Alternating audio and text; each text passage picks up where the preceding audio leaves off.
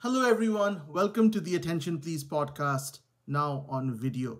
If you like this podcast, then kindly share, like and subscribe. You know what to do. So today thought I would talk about the three farm bills, or the three farm bills that once were, because those farm bills have now been rescinded.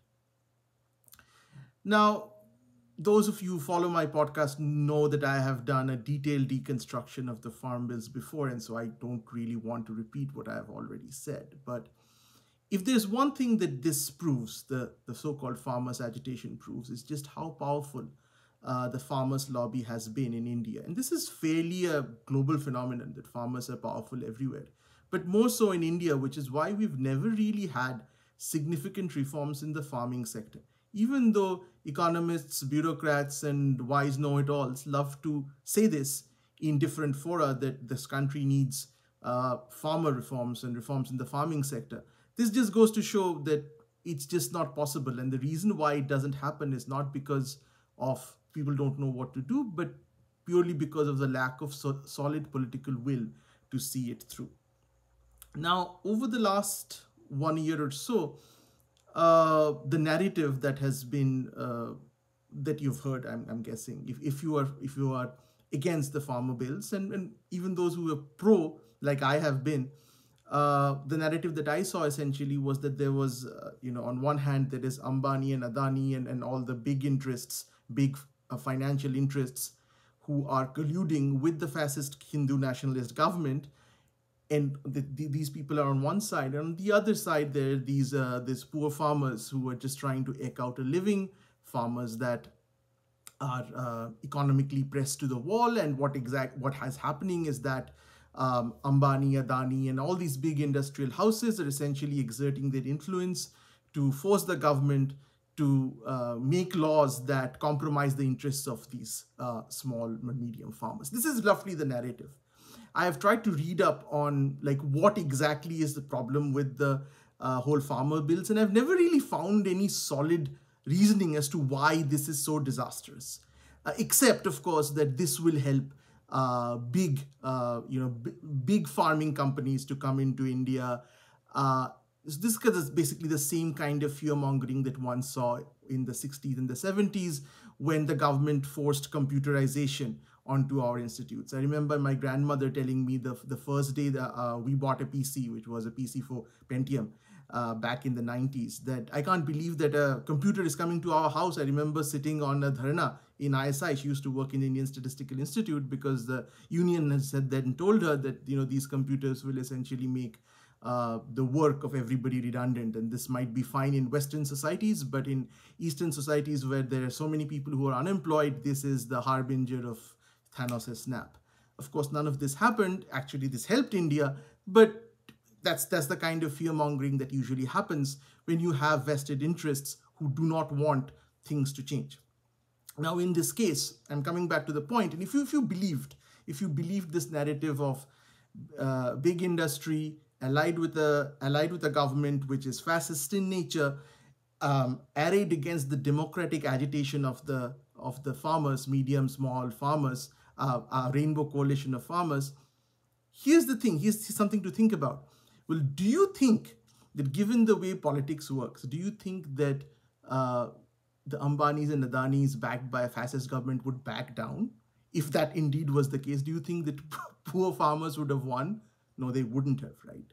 The very fact that they won, let's presume that there were a lot of vested interests that were pushing the farm bill. Let's presume for a second. The very fact that the quote-unquote farmers won gives you some idea as to how powerful these farmers were. And again, in my previous podcast, I had said that this represents rich farmers. Just like there is big business and there's small business, just like there is Ambani, Adani, Tata, Birla, and then there is the grocer on the corner store. Just like that, there are farmers of different financial abilities. And this bill essentially was agnostic to small farmers. Most small farmers just do not have the money. They are so deep in debt that they don't have the money mostly to take their produce to these kinds of farmers' markets, the intermediaries. So the beneficiaries of MSP, minimum support price, are usually these very large farmers. And that's why the agitation was localized to a very few prosperous farming states. It did not spread throughout India. That should be proof. But the main point is that this whole narrative of this David versus Goliath narrative, it usually never happens in politics and democracy, that the David wins, which means that the other side wasn't David. It was a very, very well-funded, and that's fine. I'm not saying that there's anything wrong about, every interest group in India, in a democratic society, has the right to protest, has the right to protect its interests. And just like industry has the right to do it, just like workers have the right to do it, so do farmers. So there is nothing illegitimate, I would say, in their protest. But it still was, and it still is, not a moral issue as so much as a very powerful pressure group trying to protect their privilege, which is the way it was never, I've never seen it in mainstream media being messaged like this. And what happened should tell you that that was exactly what it was. It was at least a battle of equals. If you had big industry on one hand, you had big farming on the other, and ultimately the big farming won. And the reason why they won is because firstly, they have a lot of money. They have a lot of political power even within the BJP. And the kind of support that they got internationally on social media to exert pressure on the government, it just shows you that it wasn't that there was no money involved on the other side. There was a significant amount of money involved on the other side, on the side of the farmers, which would, and again, it's, I understand for the nature of the narrative that we call them farmers, but they were essentially a coalition of farmers and middlemen who were the true beneficiaries of the current system. But whatever it is water under the bridge. And for me, at least, the significance of this movement is more of what it says about the current Narendra Modi government. And for me, I believe that this has possibly been the biggest failure of the Narendra Modi government so far. And bear with me when I say this. People will say, well, what about demonetization? And I agree that in terms of policy, demonetization was a flawed policy. Let's just not say it was just badly implemented, that it was, but ultimately it was flawed policy. However, it did not hurt Narendra Modi government and the BJP government much. As a matter of fact, I felt that it actually helped it. This is paradoxical, that sometimes bad policy actually helps the party in power. In this case, what happened was that the way the narrative, again, politics is all about narrative, as I've told you various times. People don't go to vote based on data, based on graphs, based on projections by the World Bank. They go and vote based on emotion. It's true in the US, it's true in India, it's true in any democratic society. And how do we form emotion? We form emotion if we connect with a certain story. Now, that story may be true, it may be false, and it usually is something in between. So the story of demonetization was that here was this government that you elected with an overwhelming mandate. And what the government did was they tried to stamp out black money. So that was the narrative. Whether it was effective or not is another question. How much of black money came back? What kind of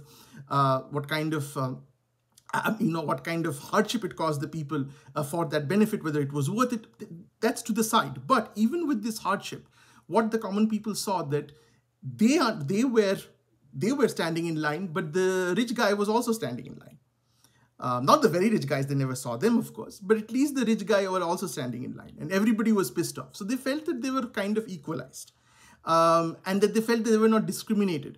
And for the rich guy, this was a bigger worry than poor people who are used to standing in lines for virtually everything. So this looked, at least from a story perspective, as here is Narendra Modi, here is a very strong-willed 56-inch chest guy coming in and then, taking his authority. And by the way, in a democracy, authority actually works. People mostly, and this is again the reason why UPA 2 ultimately lost the plot, because at least the narrative was that Manmohan Singh was not in charge, that there was no strong authority that was ruling the country, that the country was essentially being ruled by nameless, either by Sonia Gandhi or by nameless bureaucrats or by coalition partners, but definitely not the person ostensibly in power was not the person in power. This was what I believed hurt the UPA 2 the most. And this was where Narendra Modi showed the sharpest contrast. And I think this is the emotional reason why we still have people saying, I'll vote for Kejriwal in Delhi, but I'll vote for Modi at the center. Because Modi is seen as honest, very decisive person who has essentially done things which, whether you agree with them or not, he has done them. He has made fundamental changes, whether it's be Article 370, whether it be demonetization. He's gone in, GST, he's gone in with these really big ticket items, for, against, whatever you want, but he's gone through with them and he's followed them through. And ultimately, in a democracy, I think that's what people are looking for. As in a contrast, I am in US politics when Biden was trying to pass his infrastructure bill and it was being held up by two members of his own political party. The narrative that was coming from the liberal media, the Democrats, was that, hey, we have all the things lined up. We have power everywhere. Why are we not being able to push this legislation? Why aren't we being more assertive? Why aren't we being more, quote unquote, undemocratic? That was what the narrative was. Now, in this case, Narendra Modi has done that throughout his rule. Despite the opposition to GST, despite the opposition to demonetization, he's pushed it through, and people have appreciated that. They've appreciated the fact that he can follow through with what he says he's going to do. And there is an expectation in any democratic society for the ruler to be decisive. This is the first time that he has basically rolled back what he, put in a lot of investment into. I mean, his sympathetic media, they put a lot of investment into this story. And for him to then say that, okay, I'm withdrawing this farm bills. And there was, again, the narrative, the story has been lost. I think the BJP has kind of lost the plot. It's no coincidence that this is where Mamata Banerjee, and good for her, has kind of made a big move. She's trying to now create a coalition. She's trying to sideline the Congress because she's realized, she's seen blood in the water now. She's seen that over the last few years, this is the place in time where the BJP is at its weakest now, because it has rescinded something that it went all in on. And of course, the response, even in Modi's sympathetic media, has been hilarious. From, a tiger withdraws a few steps before making a challan, to, Modi has listened to the farmers. As the bill was sold as something which is beneficial to the farmers, then why would you then listen to the farmers and not do something? There's no logic. And it's very simple why the BJP took a step back, because they were just losing too much political capital. It was not worth it for them anymore.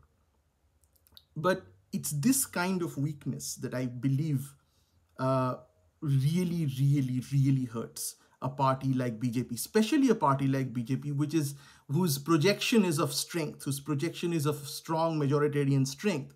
For them then to take something which is not minor, which is a major, which has been made a major part of their, let's say, overall, things that they have done over the last few years, to take something as major as this and to roll it back, it's a big loss of face. And again, in a democracy where you want to project a very strong leader, it's this loss of face which really I think brings about a loss in votes.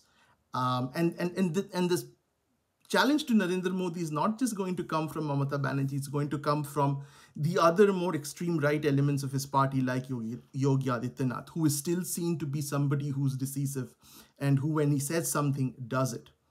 And if you recall, the waning of the influence of L.K. Advani was precisely because of this, that L.K. Advani, who was once seen to be a very decisive, aggressive, the tip of the spear for BJP, ultimately, in the later half of his career, kind of went through a period where it wasn't sure what he actually stood for. If you go back to his famous Jinnah comment, now if you really read what he said, it wasn't very outrageous what he said. What he said was actually historically grounded in fact. But as the head of the BJP, you just can't say it. you just can't go ahead and make a subtle, nuanced historical point about Jinnah and Gandhi. I mean, if you want to do that, be a professor of history. But if you want to lead a political party and you want to become the prime minister and you want to take it to victory, you as a leader of the right wing of India cannot be seen to be praising Jinnah over Mahatma Gandhi. Just cannot be. And again, this is where I think he lost the story. I think it really hurt him. And that's why he never became the prime minister and had to settle as Margdarshak Mandal. So I think this is a risk that this is something which I'm not saying has happened to Modi right now, but is on the danger. There's a risk of that happening because Modi is kind of going to be seen as somebody who's not that decisive, who when he goes all in, he doesn't go all in. He can be brought back. And besides the fact that it kind of tells a lot of other people that all that we need to do is we need to have a very strong political opposition. We don't need to go through the courts. We don't need to go through parliament. We don't need to go through election. We just need to block the streets. Just like how long can we block the streets? So there's one more thing that comes back to what I'd said about farmers. Now, do you think that any other pressure group in India, let's say middle class, you have taxation. Every government loves to tax the middle class. And the reason why they can do it is because the middle class can't go and block the streets. First of all, the middle class is not organized. Nobody even defines what the middle class is. And the most important thing is, unlike the farmers, most middle class people cannot leave their jobs and sit on the streets for more than a year. And, essentially there is no reason why they will have to go back, because ultimately the difference between farmers and middle class people is that we don't have that kind of passive income. We would all lose our jobs. So no matter what you feel about any issue, there is a limit to how long you're going to protest. And the government very well knows that. So the government knows they just need to outlast you. I mean, in terms of outlasting you, the government is very good at that because, of course, it's the government. But in this case, with respect to farmers, what the government realized was that they couldn't outlast the farmers' agitation. This, I think, was what they had thought initially, that kya hoga?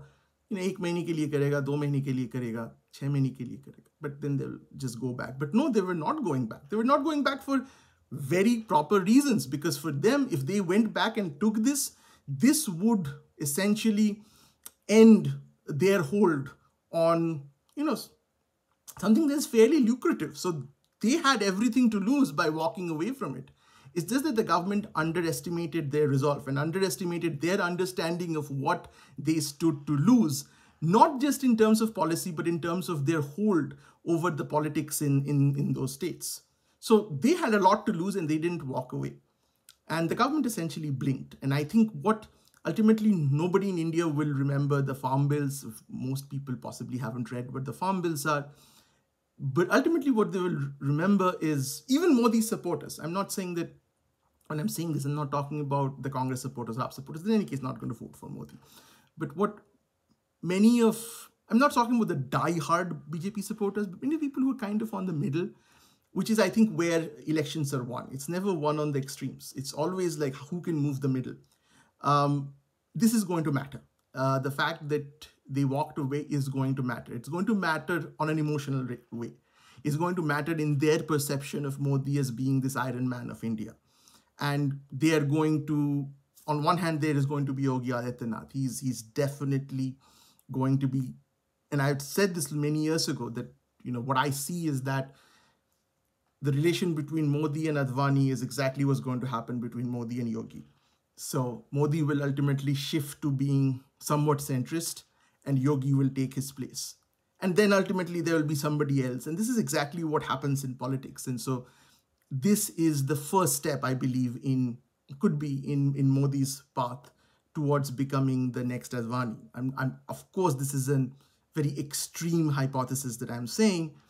The BJP is still strong, but I think that this is the first major narrative blunder that the BJP has done on the farm bill. I'm not saying that they could have made it through. I think there were possibly good reasons for them doing it, but it's not going to serve them well in the narrative that they want to keep in order to project Modi as this kind of Iron Man, this very decisive leader in the face of people like Rahul Gandhi, who's kind of shown to be somebody says one thing today, one thing another, none of this makes sense. this is where I think that they are going to suffer. Let's see how it pans out. But I felt, and there was just one final thing that I wanted to talk about, which was this was perhaps a large scale something which possibly the entire India saw. But those of us who follow Bengal politics have already seen it before. So for a right-wing cadre-based party like BJP, it's very important that they protect their flock. What happened in Bengal was, again, it's not something which Modi will suffer outside Bengal. Nobody knows this. Honestly, nobody cares. But the fact is that the BJP, in order to win elections, and I think this is a critique of the Amit Shah reign, is that they're just so focused on winning elections that they're absolutely willing to compromise on their principles. So what they did was they allied themselves with people in Bengal who ranged from clowns to people who were just in the BJP because they had CBI cases against them. And the moment they went in, they did stuff which now, in retrospect, you wonder which side they were playing for even then.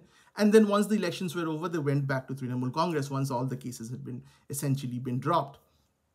So the BJP were played, and while it's okay, fine, that's what politics is. It's about people playing other people. But the fact is that the BJP did not stand behind their cadre. They did not stand behind many people who came over to the BJP, and they just kind of left them to dry once the elections were done. So their top leadership, many of them went over to Trinamool Congress. The central leadership that was there, that was kind of acting as a representative of Amit Shah, they just left the state and never came back again. And this again, for a cadre-based party that wants to project strength, this is a terrible thing to do. People will remember that. And politics, again, as I said, politics is not about principle. It's not about performance in that sense, in terms of metrics and data. Politics is about emotion. Politics is about what in the USA, somebody who you want to have a beer with. So it's about somebody who you believe represents your values, somebody who you believe represents what a leader should be. That's really who people vote for when it comes down to the chase. And I think the Bengal thing is a small thing in the context of India, but I think it showed something about the withdrawal of the farmer bills and the way that was done, perhaps is a harbinger of things to come. And this is I think the best time for the Indian opposition, and I'm glad Mamata Banerjee has taken advantage of that. I'm glad because I've always felt that the real opposition for the BJP isn't Congress, it isn't Rahul Gandhi, and it's time that people realize that. So if you're somebody who doesn't like the government, it's time that you stop betting on Rahul Gandhi. It's not, no matter what the different magazines say that Rahul Gandhi has arrived, Rahul Gandhi has arrived. They've been running that headlines from 2005. It's not going to happen. He's not going to arrive.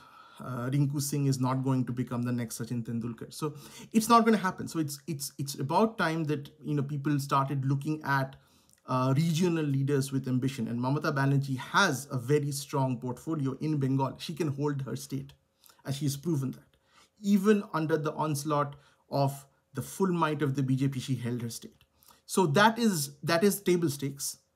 And so I think that it's great for her politically that she's kind of using this time to stretch out and to make allies and to make a play for the throne of Delhi. I think it's good. I think this is the time for her because this is the time that I think the BJP is at its weakest. So yeah, thanks a lot for listening to the podcast. That's about it. I will hopefully be back sooner than this time. And bye-bye, everybody. Have a nice day. Bye.